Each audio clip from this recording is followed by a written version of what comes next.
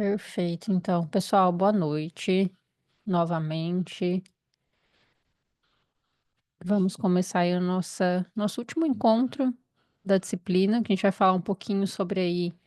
É um tema que às vezes parece um pouquinho secundário para algumas pessoas, mas é um fundamento aí de toda a nossa prática científica, que é o tema da ética na pesquisa, de xadrez especificamente e de cognição humana.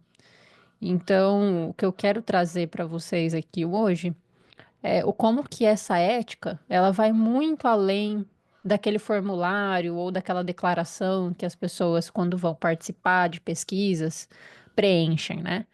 É realmente uma guia, uma bússola que a gente poderia trazer ali da metodologia que vai orientar as nossas decisões no processo de pesquisa e também na nossa busca por essa resposta, por esse conhecimento que vai sanar esse problema de pesquisa que a gente elaborou. E, especialmente no nosso campo do xadrez da cognição, como que a gente pode usar desse saber para conduzir aí a nossa pesquisa, nosso estudo da maneira mais responsável e válida também, em termos científicos e éticos, tá? E aí, qual que é o objetivo hoje da aula? Então, eu quero deixar alguns objetivos aqui claros para a gente poder prosseguir.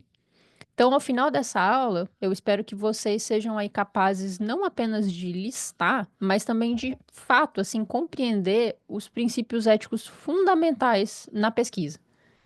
Então, eu vou falar um pouquinho sobre a nossa legislação brasileira, trazendo aí o papel dos CEPs ou CONEPs, que são esses conselhos de ética em pesquisa, e para vocês terem uma ideia de como começar a construir aquele termo de consentimento, que é essa declaração que eu mencionei para vocês, essa, esse formulário, né, que muitas vezes a gente acha que a ética em pesquisa é só preencher, é só assinar esse termo de consentimento.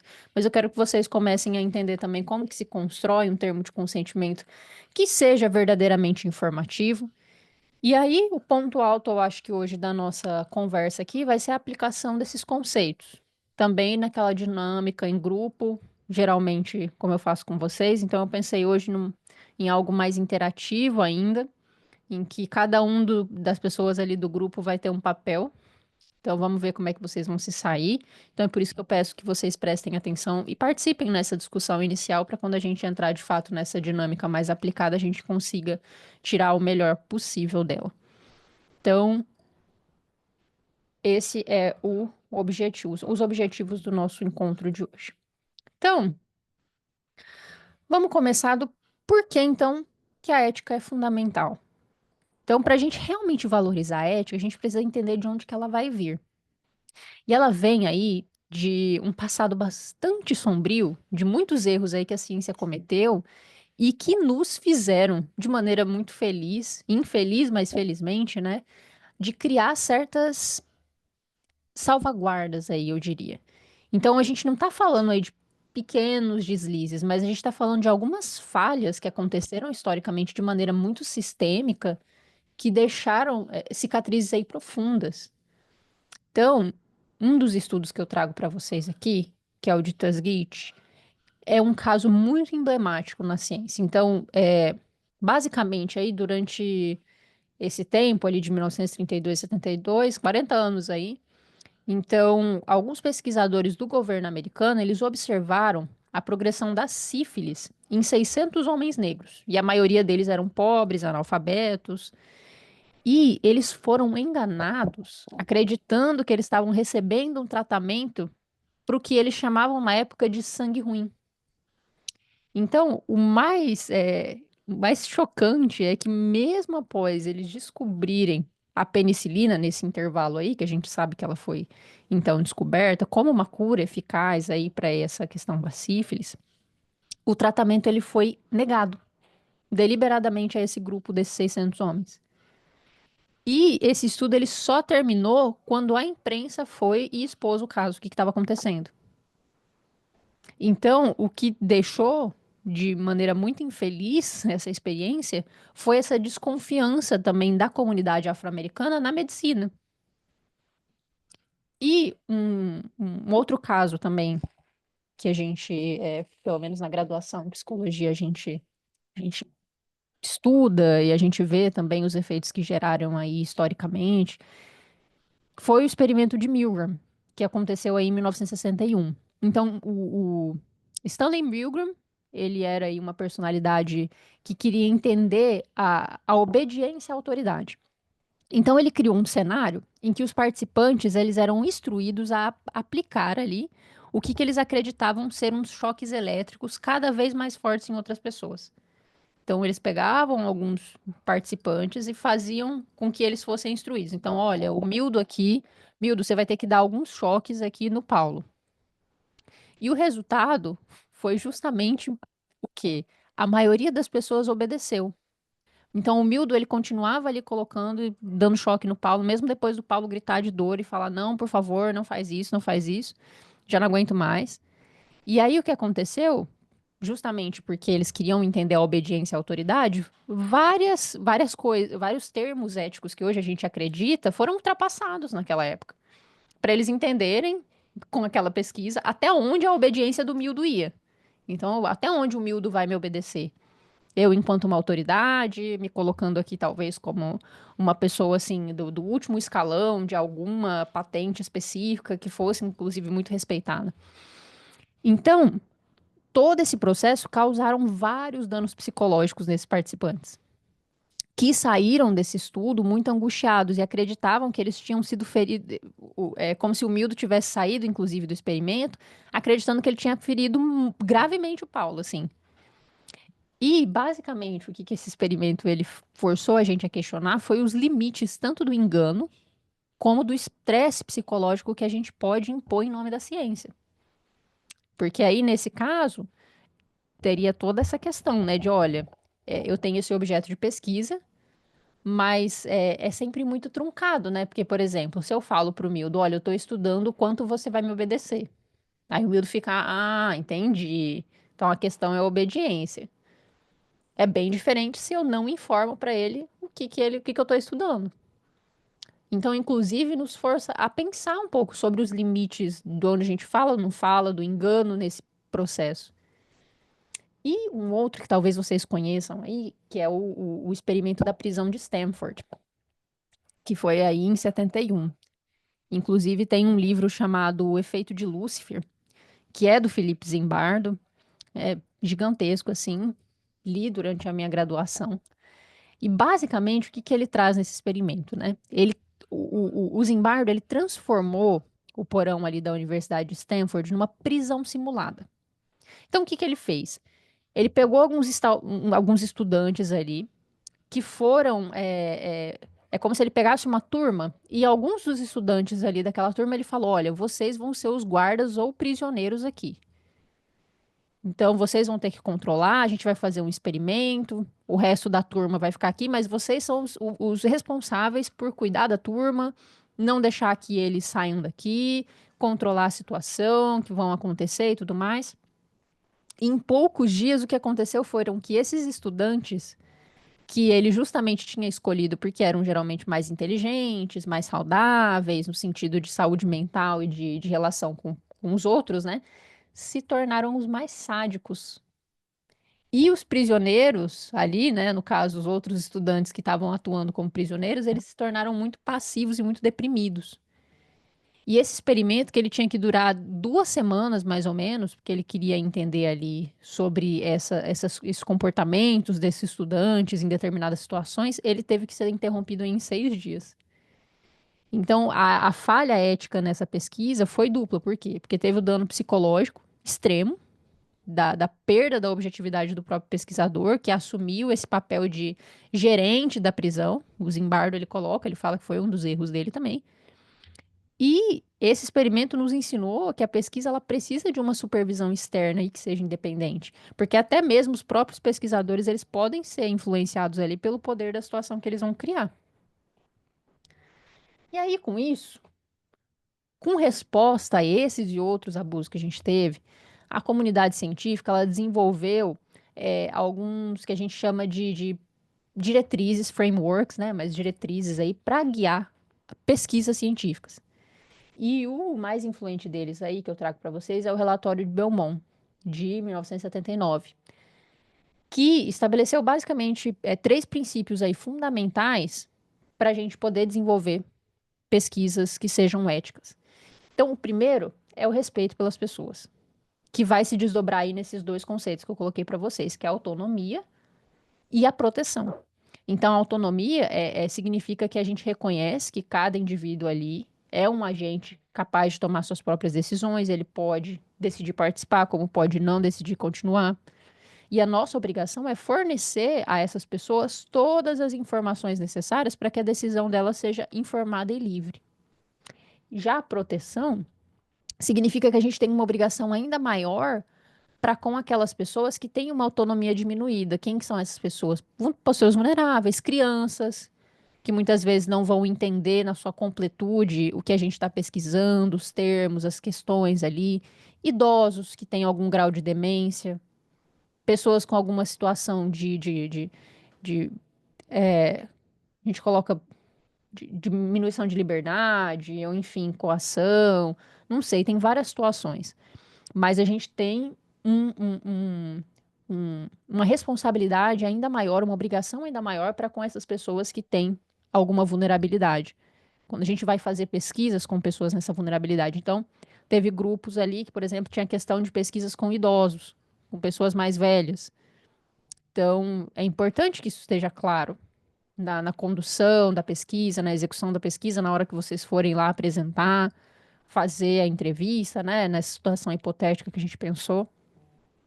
Já o segundo fundamento aí que a gente traz de todo esse estudo, desse relatório, na verdade, é a beneficência, que é um princípio de equilíbrio ali. Então, traz duas obrigações, né? O primeiro aí, que é o não causar dano, e o segundo é de maximizar os benefícios potenciais que a nossa pesquisa tem.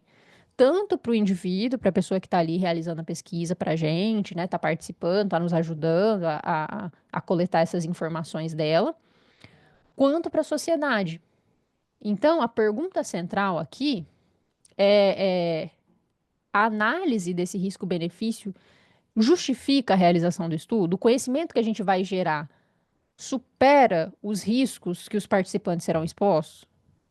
Então, quantos lembram aqui daquele aquele cientista na época do regime nazista que fez, inclusive, vários experimentos ali biológicos com vários dos judeus que foram ali aprisionados nos campos de concentração, em nome de, enfim, descobertas científicas, de testes e afins. Eu sei que Mengele, perdão? Mengele. Isso, exatamente. Principalmente Então, em Gêmeos, se não me engano, um desses cientistas loucos fez. E o pior, um deles fugiu para a Argentina e outro para o Brasil. pois é um exemplo extremamente extremo, mas o que eu queria trazer é justamente isso, né? Será que o conhecimento que ele podia gerar ali superava os riscos, superava o que ele estaria expondo os participantes durante aqui, assim, é um exemplo extremamente complexo que a gente não tem nem como trazer para comparação, né? Porque de fato a gente não tem o que discutir. Mas quando a gente está ali fazendo outros tipos de pesquisa, outros projetos, etc., pode ser que essa relação de análise de risco-benefício aí não seja tão evidente ou não seja tão fácil da gente perceber. Pode ser que às vezes o conhecimento que a gente pode gerar, de certa maneira, pode inclusive trazer aí algumas complicações. Assim, é sempre importante que a gente tenha em mente esse princípio da beneficência. Então, além de não causar dano, é se realmente aquilo que a gente vai trazer, que a gente consiga maximizar esses benefícios. Então, se olha, entendi que o conhecimento ele supera sim os potenciais riscos, enfim, porque às vezes é uma pesquisa para agregar conhecimento, num sentido que claramente ele não tem muitos riscos. Talvez um risco ali de algum gatilho, a depender da pergunta que você vai fazer para aquela pessoa, ou enfim, que esses são os riscos ali mais, enfim, que podem ocorrer com mais frequência. Mas uma vez que vocês entendam que não tem, como que a gente pode fazer com que esses potenciais da pesquisa sejam ainda mais aumentados. Então, não só na divulgação, mas depois a gente promover o acompanhamento dessas pessoas, a depender também do crivo da pesquisa, do objetivo dela. E o terceiro fundamento aí é a questão da justiça. Então, o relatório de Belmont, ele vai trazer que esse princípio, ele vai abordar essa distribuição do ônus e do bônus da pesquisa. Então, quem que vai arcar com os riscos? Quem que vai se beneficiar dos resultados? Então, esse fundamento da justiça, ele nos proíbe de, por exemplo, conduzir uma pesquisa extremamente arriscada com uma população pobre de um país em desenvolvimento, para que apenas, sei lá, uma população rica de outro país possa se beneficiar do tratamento desenvolvido. Então, sei lá, a gente quer fazer alguma pesquisa, um levantamento com um grupo de pessoas para entender como que é a reação do organismo, enfim, com relação a determinado medicamento, e a gente vai e estuda uma população extremamente vulnerável num país do continente africano, por exemplo. Então, nesse nosso contexto, significa não testar uma intervenção apenas, por exemplo, em escolas particulares de elite, se o objetivo é que ela seja aplicada em toda a rede pública. Então, se a gente vai fazer uma pesquisa ali dos benefícios do xadrez, então, por que não a gente fazer, inclusive, a pesquisa em rede pública em vez de só em algumas escolas selecionadas, né? Mas, enfim, todo o contexto a gente tem que pensar. Aqui são apenas algumas sugestões e alguns insights que eu trago para vocês. E aí, com relação à legislação brasileira, no Brasil, esses princípios, eles não são apenas recomendações, eles são leis. Então, a gente tem aí a Resolução 466 de 2012 do CNS, do Conselho Nacional da Saúde, que vai reger todas as pesquisas aí com seres humanos.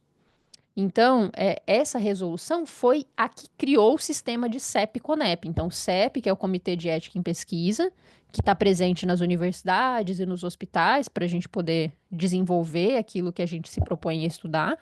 E o CONEP, que é a Comissão Nacional de Ética em Pesquisa, que é uma instância superior aos CEPs. Então, a regra é simples: toda e qualquer pesquisa que envolva seres humanos, direto ou indiretamente, tem que ser submetida e aprovada por um CEP antes do início de qualquer coleta de dados, mesmo que vocês não estejam ali vinculados a nenhuma instituição. Licença, o que é esse Uhum. CEP, o nome? Perdão? É uma sigla de alguma coisa, né? Isso, Comitê de Ética em Pesquisa. Perfeito? E o CONEP é a Comissão Nacional de Ética em Pesquisa.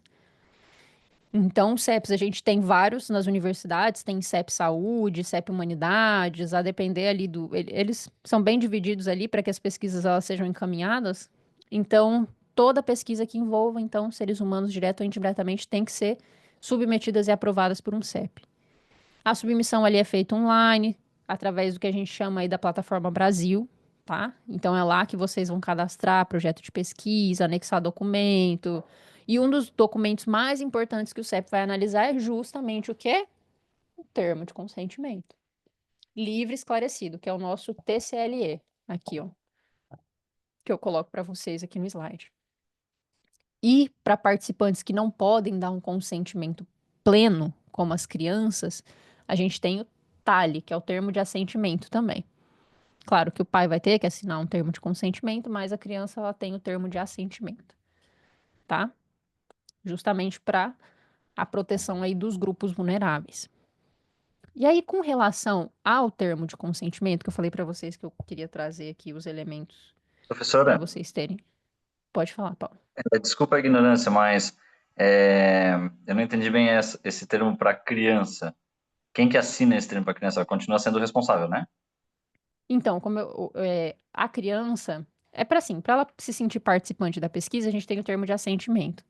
Então, ela dá o assentimento que ela vai participar e etc., mas quem libera e quem vai preencher um termo de consentimento responsável legal por ela é o pai, o responsável, tá? Mas como ela vai participar, então é legal que, né, ela tenha ali um documento também que ela colocou que participa da pesquisa, porque como a gente menciona aqui, eu mencionei, a criança, ela tem uma autonomia limitada, mas a gente não pode tirar toda a autonomia dela, né? Porque às vezes ela não quer participar, e aí, o pai fica interessado e tudo mais, e aí se só o pai assinar, então quer dizer que ela pode participar? Não, então tem um assentimento para que ela possa, então, dizer que ela quer participar da pesquisa, sim, que ela concorda, tá?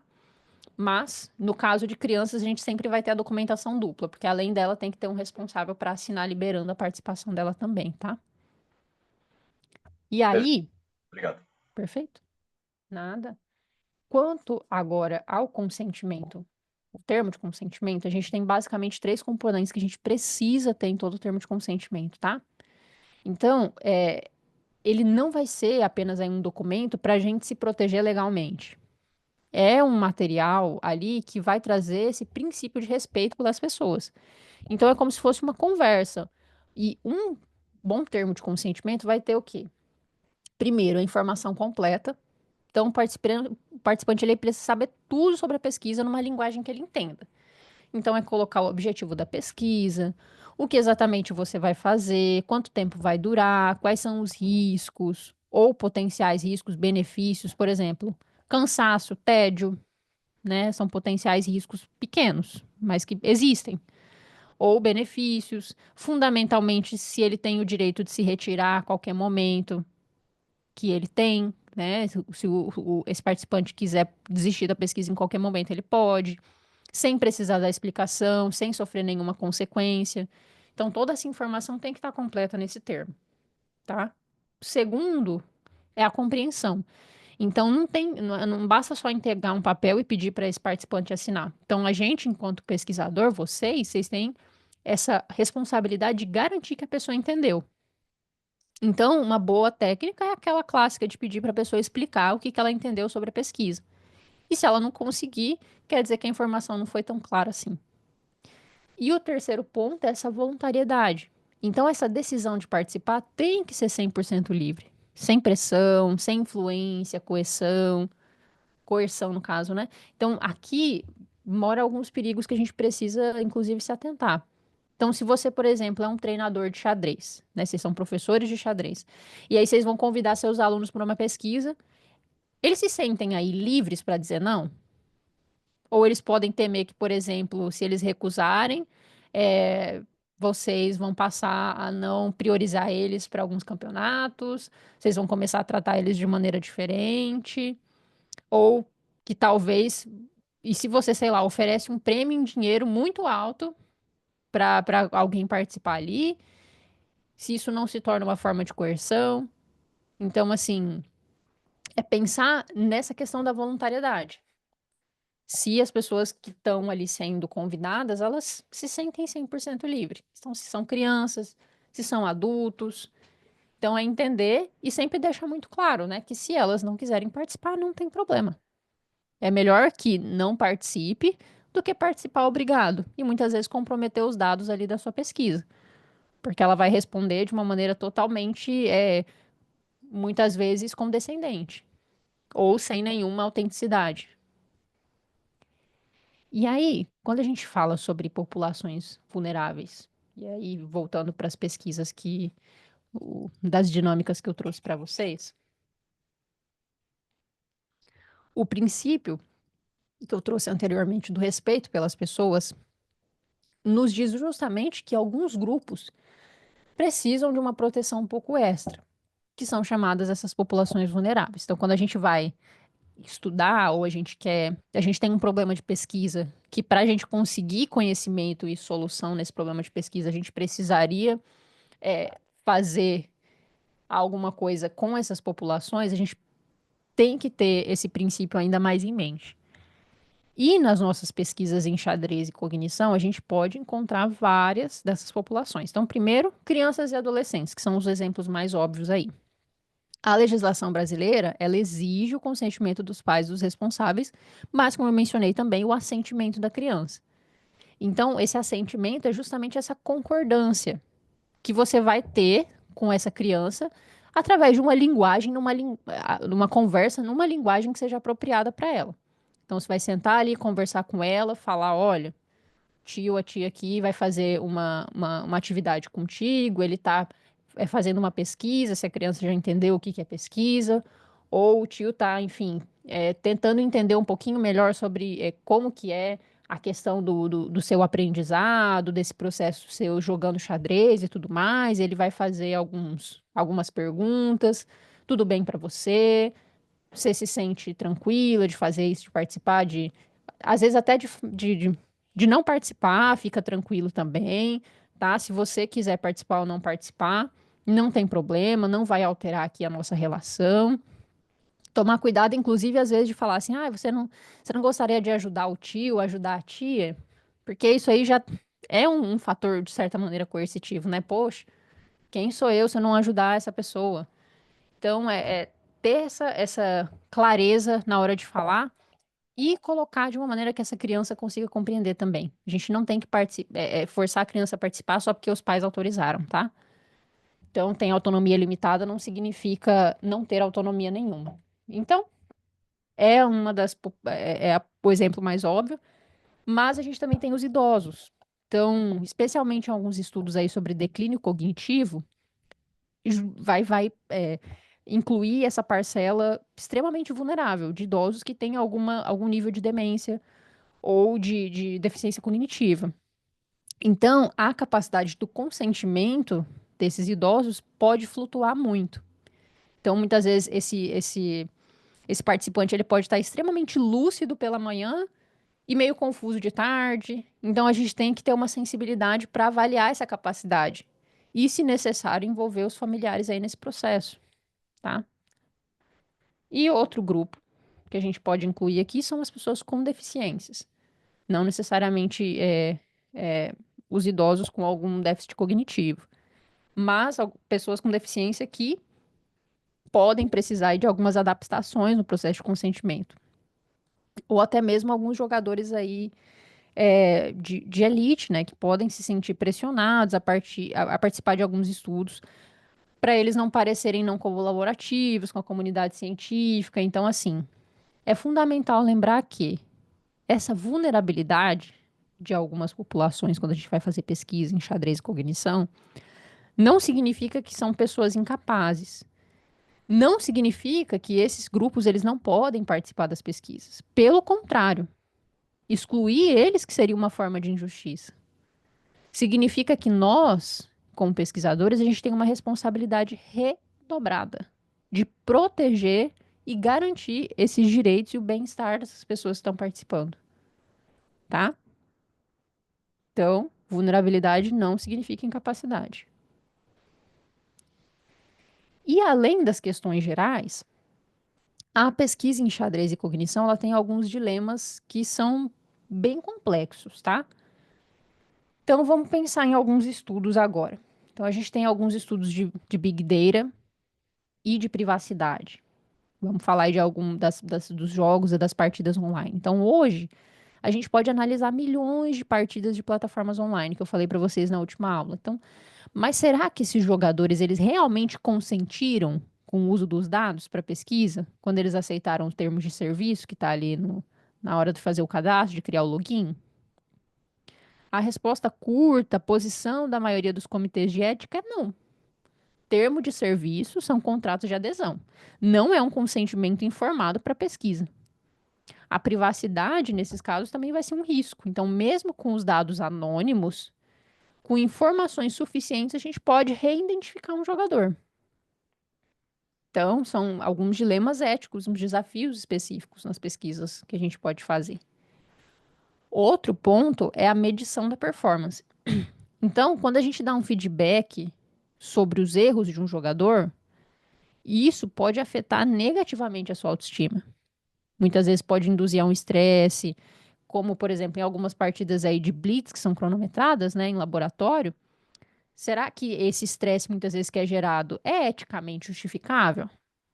A gente precisa ponderar também esse valor científico contra o potencial desconforto desse participante também. Então, é muita coisa, gente, muita coisa para a gente ter em mente quanto pesquisador. E esses achados incidentais? Esse que é um dos dilemas mais difíceis. Por quê? Imagina que você está fazendo um estudo lá de neuroimagem para ver quais áreas do cérebro de um enxadrista se ativam quando está numa partida de xadrez. Então eu pego lá o Alessandro, coloco ele no scanner, injeto um contraste ali na veia dele e vou entender e vou colocar, na verdade, ele ali sentadinho, com os aparelhos na cabeça, jogando contra o Laudelino. E aí eu vou ver quais áreas do cérebro aí do Alessandro vão se ativar. Então, durante esse scanner, o radiologista, por exemplo, vai identificar ali uma anomalia no cérebro do Alessandro que pode ser um tumor. Então, ele viu uma coisa estranha, uma ativação ali um pouquinho perto ali do córtex frontal e tudo mais. O que que vocês fazem? Né? Imagino que se vocês fossem esses pesquisadores. Então, está o Alessandro ali, vocês conversando, o radiologista, olha, esse seu entrevistado aqui, ele tem uma alteração que pode ser um tumor. Vocês não são médicos. E o participante, o Alessandro, ele estava ali para fazer uma pesquisa. Não estava ali para fazer um exame clínico.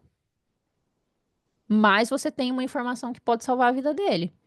Então, a maioria das diretrizes éticas hoje diz que você tem sim a obrigação de ter um plano para lidar com isso, que deve ser, inclusive, explicado ali no termo de consentimento. Por isso que eu falo ali das questões de saúde mental, porque pesquisas que são mais subjetivas, é isso que muitas vezes acontece.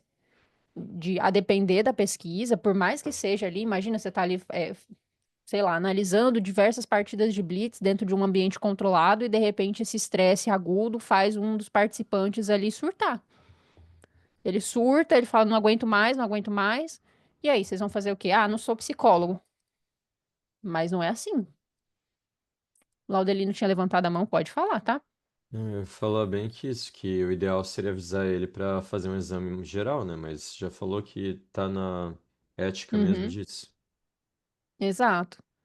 Então, eu não sei quantos de vocês aqui é, já assistiram um programa chamado Corrida Maluca, ou The Amazing Race. E reality shows, assim, no geral, que tem uma dinâmica entre participantes e câmera, né? E aí é sempre muito complexo, porque o câmera não pode falar nada.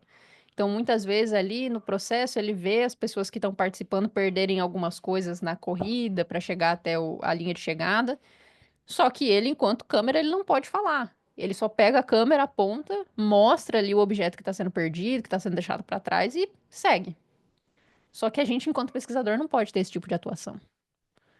Então, se a gente está ali nessa pesquisa e vê esse potencial risco para a saúde do Alessandro, a primeira coisa é informar: olha, Alessandro, sei que não é o objetivo, mas durante o processo aqui foi identificado isso daqui. Então, a gente não tem nenhuma parceria, mas, como estava informado, eu tenho aqui alguns contatos médicos e a gente recomenda que agora esse seja o procedimento, que você então procure, faça exames clínicos, verifique se é isso mesmo, se é só uma alteração por conta do contraste, se foi por conta do estresse ou de você estar ansioso e nervoso por conta da pesquisa, do jogo de xadrez aqui nesse ambiente. Então, assim, dá todas essas diretrizes e explicações. Mesmo que vocês não sejam da área, saber para quem vocês encaminham. Ter um contato, gente. Nem que seja, olha aqui, ó, o número de um plano, o número de um exame, de uma clínica. Então, para fazer esse encaminhamento. E, por fim, a gente tem aí a integridade científica. Então, a gente sabe que fabricar dado, falsificar resultado, plagiar trabalho, são aí 3 pecados da ciência. 3 pecados capitais, venais, tá? Veniais, no caso. Então, o checkmate na carreira de um pesquisador mina a confiança do público na ciência como um todo. Então, a gente entende que não. Se muitas vezes, mesmo que a gente tome todos os cuidados, se esse processo de explicação dessas questões éticas, dessas responsabilidades também dos direitos das pessoas que estão participando não forem adequadas, pode gerar, inclusive, uma dificuldade de produzir certos dados verídicos, né? Porque às vezes a pessoa está participando obrigada, ou ela está participando mais coagida, então ela vai responder muitas vezes nem é de maneira qualquer, assim como uma pessoa que está participando de maneira obrigada, mas ela vai responder de maneira condescendente. Então, eu falo por mim, às vezes eu estou tentando visitar algum site na internet, aí aparece aquelas pesquisas assim, antes mesmo de eu fazer qualquer coisa no site. Ah, já perdi as contas de quantas vezes eu fiquei bastante irritada e fui respondendo qualquer coisa. Respondi qualquer coisa, qualquer coisa, qualquer coisa. E isso vai dar um desvio padrão. A gente tem como, depois, no processamento de dados, identificar essas pessoas que possivelmente responderam de maneira aleatória. Mas é um trabalhinho a mais, né? Então, se a gente conseguir reduzir isso ali nessa parte inicial da coleta de dados, muito melhor. Melhor do que ter que fazer um tratamento depois ainda mais complexo. Pode Professora, falar, Paulo. Hum, uma curiosidade. No caso de uma pessoa analfabeta, porque você falou assim, vou dar um papel para a pessoa assinar e coisa e tal, mas no caso de uma pessoa analfabeta, o que que a lei diz, assim? Como é que a gente trata o consentimento nesse sentido? Nesse sentido, vai ser da mesma forma que a gente lidaria ali com uma criança. Com a única diferença que é, como no processo eleitoral, né? Não sei se vocês já participaram como mesário em processo eleitoral, mas pessoas que são analfabetas, elas, em vez de assinar, é com uma digital. Então, a gente pode criar esses mecanismos. Então, já que ela não consegue ler, seria realmente essa conversa. Então, o termo de consentimento é essa ideia de eu transmitir todas essas informações necessárias. Então, assim como para uma criança que muitas vezes não vai conseguir ler e entender nessa linguagem específica, eu tenho essa mesma responsabilidade para uma pessoa que tem essas limitações com leitura, com interpretação, compreensão. E aí a gente pode, né? Se ela conseguir ali escrever o nome, se não conseguir, se conseguir dar um rabisco, uma assinatura, ou digital também. Perfeito? Uma outra dúvida Uhum, eu dou aula para dois grupos de estudos de mulheres deficientes visuais. uhum, E uma das pesquisas que eu estava fazendo era sobre a questão da trajetória delas e tudo mais. E aí também eu procurei assim, tipo, deixar bem aberto, coloquei isso lá como porque a gente tem tipo uma comunidade e tem os grupos específicos ali no WhatsApp, né? E daí lá na comunidade que eu coloquei, eu disse, gente, estou fazendo uma pesquisa assim, expliquei o que que era e disse, quem se sentir à vontade me chama no privado, entendeu? Eu não coloquei como uma coisa obrigatória, não falei isso em aula, assim, justamente para uhum, não, que nem tu falou, para não ser tipo uma coerção, né? uhum, E no caso delas, eu também fiquei na dúvida de como fazer isso, porque, ok, são alfabetizadas e tudo mais, só que são deficientes visuais, né? Então elas não tinham como ler um documento que eu tava mandando para elas, né? Então eu, assim, nesse caso ali, eu envolvi familiares, né? Eu pedi uhum, que, eu disse, mostra para alguém da sua família, eu li para a pessoa, mas eu disse, mas mostra para alguém da sua família, vê se está de acordo e tudo mais. uhum, Ainda que não ia ser nem uma pesquisa assim invasiva ou qualquer coisa nesse sentido, né? Mas pelo uhum, simples fato de eu estar coletando de dados pessoais e tudo mais para criar o perfil dessa mulher enxadrista, né? uhum. Eu tive esse cuidado, assim. Mas eu concordo 100% com o que está dizendo, assim, sobre a gente ter o zelo pela informação do objeto de pesquisa, vamos dizer assim, né? Uhum, exatamente, gente. Então, que bom que você teve essa sensibilidade e conseguiu entender como que você poderia, então, transmitir tudo isso que estaria ali num termo formal para as diferentes populações, para as diferentes pessoas, né? Às vezes, inclusive, até adultos que são letrados, gente, vão ter dificuldade de conseguir compreender o que a gente chama de letras miúdas ali dentro de um termo de consentimento. Então, vai muito da nossa sensibilidade de entender, olha, você prestou atenção que tinha esse ponto lá no termo de consentimento? Realmente, você leu, você conseguiu entender, se ficou com alguma dúvida. Então, é importante que a gente sempre cheque também essa compreensão das pessoas que estão participando. E aí, o que eu queria trazer, um estudo de caso aqui, é um trabalho aí do Campitelli e do Gobet, de 2011, que é um clássico. Então, o que que eles investigaram aí? Investigaram a relação entre as horas de prática e o nível de expertise dos enxadristas. Então, a pesquisa em si usou alguns questionários retrospectivos, teve poucos riscos ali diretos para os participantes, né? Justamente por ser questionários e tudo mais, não que não tenha risco. É impossível de não ter risco algum, sempre vai ter, tá, gente? Por mais incrivelmente perfeita e bondosa que seja a intenção da sua pesquisa. Tem coisas assim que a gente nem imagina que podem acontecer e acontecem. Então, sempre tem algum risco potencial. Mas, qual que é o dilema sutil que aparece? A forma como a mídia e a literatura de autoajuda pegaram esses e outros estudos e criaram a famosa regra das 10.000 horas gerou uma pressão social imensa. Então, quantos de vocês aqui já ouviram que para você ficar expert em alguma coisa, para você ser excelente em algo, você tem que ter pelo menos 10.000 horas de prática sobre esse assunto, esse tema, enfim, qualquer coisa. Eu já ouvi em vários vídeos aí de produtividade, vídeos aí de Eu, desenvolvimento pessoal. Já vi, já compartilhei, só Eu prova viva que li. 10 mil horas não é suficiente. Não, eu vi assim, professora, vamos dizer, eu vi a resenha do livro e Uhum, comentamos um estudo sobre o estudo do livro, uhum, porque justamente isso. Porque, como diz o Laudelino ali, né, alguns de nós não concordou, então nós fomos ver como é que era essa questão. Se realmente, uhum, assim, o quanto tinha de verdade e o quanto tinha de se questionar naquilo ali, né? Porque uhum, realmente é uma pesquisa que tem muita validade, né?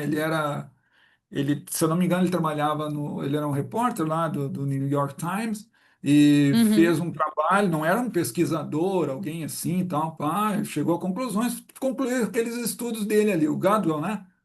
uhum.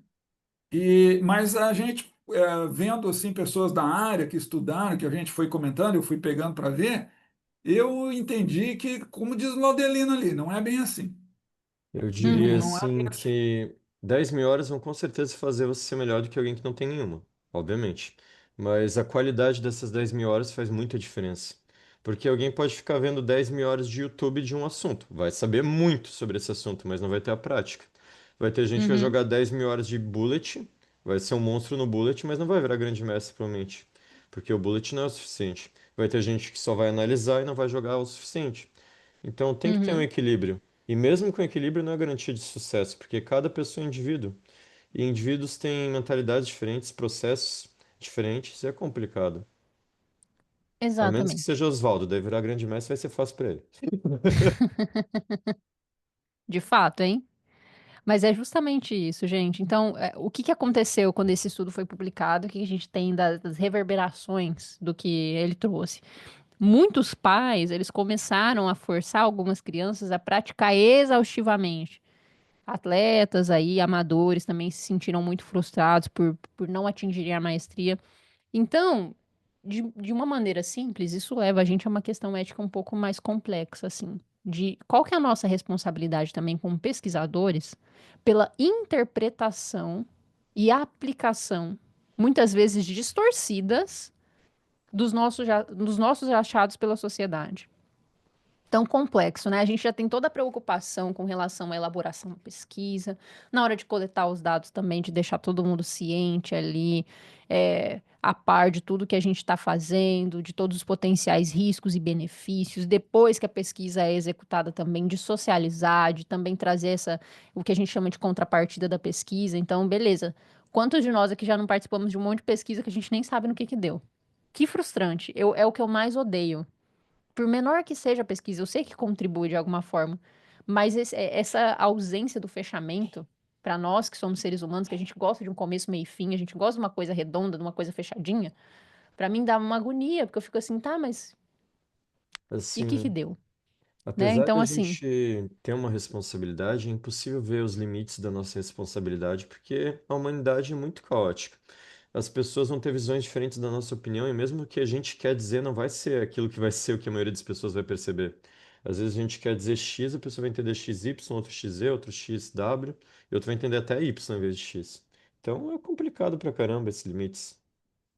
exatamente. Mas o que que eu quero trazer aqui é justamente da gente pensar dessa nossa responsabilidade que a gente também tem. Então, não é simplesmente, ok, cada pessoa vai compreender de uma maneira, então eu estou retirada de qualquer responsabilidade de maneira alguma, porque tem gente que muitas vezes, por pensar dessa maneira, escreve artigos e livros extremamente prolixos e complexos de compreensão. Que a gente sabe, a gente tem pesquisas que colocam que se a linguagem escrita for de uma maneira elaborada, de maneira mais simples, acessível, a gente consegue talvez aí equiparar a compreensão. Então, é importante que a gente pense também nisso. Eu imagino que não foi um dos objetivos da pesquisa, mas acabou que essa foi uma das reverberações. Então, a gente tem que pensar, né? Será que a gente tem que ser mais proativo na comunicação dos nossos resultados? Eu acredito que sim, tá, gente? E eu falo como pesquisadora, assim, do quanto eu falho, né? Muitas vezes. Tem coisas aí da minha pesquisa de mestrado que eu ainda não publiquei, justamente por estar tentando elaborar de uma maneira que seja fácil de compreensão. Esses dias eu repostei no meu Instagram justamente isso, né? Não adianta de nada ter todos os títulos acadêmicos, fazer várias produções e pesquisas e achados incríveis, mas não conseguir conversar com a população que está fora do ambiente da academia. Então, quando a gente vai falar, a gente precisa falar numa linguagem a par. Eu sei que nem o Laudelino traz aqui, que é importante que a gente tenha essa ciência, que a gente eu expando para outras áreas, né? Que é óbvio que se a gente escrever de uma maneira que seja extremamente acessível, a gente não consegue publicar em certas revistas. Eu sei, eu tenho Sim. compreensão disso. Mas é saber que, ok, por que que eu tive todo esse comprometimento para escrever para essa revista, para socializar dentro Uhum. ali daquele ambiente que eu já sei que é da própria academia, que ok, vai me dar também certos bônus aí de colocar no currículo, de eu conseguir continuar ali na carreira e etc. Mas o real motivo de ter feito essa pesquisa e quem realmente me auxiliou não está recebendo também a contrapartida de toda essa produção. Então eu tenho uma Professor, responsabilidade para com eles também. se Pode falar. me permite, assim, a gente não pode ser muito raso, não pode ser uns 8, mas também não pode tentar ser muito perfeccionista, que senão a gente não vai fazer nada. Um amigo meu que ajuda bastante, ele falou certa vez, melhor feito do que perfeito e nunca fazer. Então, a Uhum, gente tem uma responsabilidade, com certeza, com a nossa informação, de fazer ela mais viável possível. Mas se a gente ficar muito no perfeccionista, a gente vai travar e vai deixar de fazer qualquer coisa que possa ajudar os outros. Então, é um meio termo complicado. Seria algo nos limites da ética que a gente tem que se analisar e pedir o quê? Ajuda. O ideal é que a gente não tente carregar um peso maior do que alguém consegue carregar. A gente tem que pedir ajuda e chamar alguém para rever o nosso trabalho às vezes, que é difícil confiar em alguém para ver uhum, um trabalho acadêmico mesmo, que às vezes a gente pensa até em plágio ou algo do tipo. Mas, por exemplo, um escritor, normalmente ele tem que ter os leitores beta, os leitores que vão ler antes de os grandes públicos. Eu já fui uhum, leitor de uma obra que o cara não publicou ainda, que eu estou esperando desde a pandemia. Só que uhum, eu fui um dos leitores que vi que ele tinha deixado que uma flecha inflamável foi no gás e tava todos os personagens dele naquele gás. Então eu falei, ó, é uhum, inflamável que tá pegando fogo, seus personagens morreram. Daí ele teve que se corrigir aquele trabalho e foi alguma coisa que se ele tivesse feito sem ter alguém visto, ele não ia ter uhum, notado. Mas se ele também continuar perfeccionista, nunca vai publicar. Ele tem 5 livros que não publicou. E o cara podia ser o Tolkien brasileiro, eu não tô brincando, o cara é bom. uhum. E não publica, porque Ah, ele tá muito no perfil. eu tenho o Sandro Dinelli, que corrige os meus trabalhos. É exatamente, é difícil, justamente porque não tem uma regrinha, né? Eu gosto disso do feito é melhor que perfeito. De fato, eu levo para a vida. Mas eu tenho certas pessoas também que se aplicarem essa regra, assim, vão. É muitas vezes a chancela que elas precisam para publicar qualquer coisa, qualquer asneira. Então, é realmente de exercitar esse autoconhecimento que também essa vida de pesquisador nos força, nos impele a ter, de saber que tem horas que a gente precisa, de fato, entender esse equilíbrio aristotélico aí da virtude, né? Desse meio termo entre os extremos, que se a gente ficar ficcionado também nesse meio termo, acaba que a gente desvirtuou, né? Que aí acaba se tornando um extremo novamente. Então, é entender sobre, ok, tem que ser acessível, mas também não pode ser raso. Entender também, por isso que vai várias questões, né? Qual que é o propósito, para qual público? Beleza, se eu estou publicando um artigo científico, tudo bem que seja complexo, tudo bem que seja extremamente rebuscado, com termos, etc. Mas não se esquecer que a gente tem uma responsabilidade muito maior para com a população. É para ela que paga os impostos, ela que vai lá e investe muitas vezes na educação pública brasileira que a gente está financiando. Então, ela que também tem que ver essa contrapartida. Não é só nós alimentando, retroalimentando essa autofagia academicista ali, né? De a gente cria os próprios comitês para aprovarem, validarem os artigos que nós mesmos escrevemos e nos dão pontos por isso. Então a gente tem que furar essa bolha. Nós, enquanto pesquisadores, temos essa responsabilidade. E aí, agora, eu queria trazer a atividade que eu tinha proposto para vocês. Então, eu vou dividi-los aqui em alguns grupos, que basicamente a gente vai ter essa discussão. E eu vou mandar novamente no grupo nosso do WhatsApp o cenário de cada um dos grupos que eu vou dividir aqui. Então, cada grupo vai ter um cenário específico. E eu quero que vocês identifiquem e discutam os dilemas éticos ali, usando os 3 princípios que eu trouxe aqui para vocês, ó, que são esses aqui. respeito pelas pessoas, a beneficência e a justiça. Tá certo? Então, que vocês identifiquem aí os dilemas éticos, pensem em algumas soluções concretas e depois a gente vai ter uma parte de socialização. A única diferença que eu vou trazer aqui para vocês agora é o seguinte. A gente está em 15. Maravilha. O que que eu vou fazer para deixar um pouco mais desafiador a nossa pesquisa? Vão ser 3 grupos com 5 pessoas, tá? O que que a gente vai ter em cada grupo? A gente vai ter cada um de vocês com uma função diferente. Então, em cada grupo, eu vou ter o pesquisador, que vai apresentar a pesquisa para o grupo, o advogado do participante, que vai pensar aí nos direitos de cada um dos participantes que vão integrar a pesquisa. Outro de vocês vai ser um membro do CEP, que vai apontar os problemas éticos ali da pesquisa. E o outro vai ser esse parceiro do pesquisador que vai trazer as soluções ou modificações de acordo com o que esse membro do CEP apontar de problema ético. E a quinta pessoa vai ser essa mediadora de toda a discussão, de todo o debate, garantindo que todo mundo ali possa falar pelo menos alguns minutos. Compreenderam? Tranquilo? Agora somos 16. Agora são É, 16. 4D4? É que eu tô duplicado. Tá. Ah, Ó, então são 5, ignora. deixa Isso eu vai ser um pausar aqui a caos. Vai ser gravação. Eu interessante. também tô com o PC ligado aqui, pode ser que esteja contando mais de um, né? Que eu acessei pelo computador e pelo Deve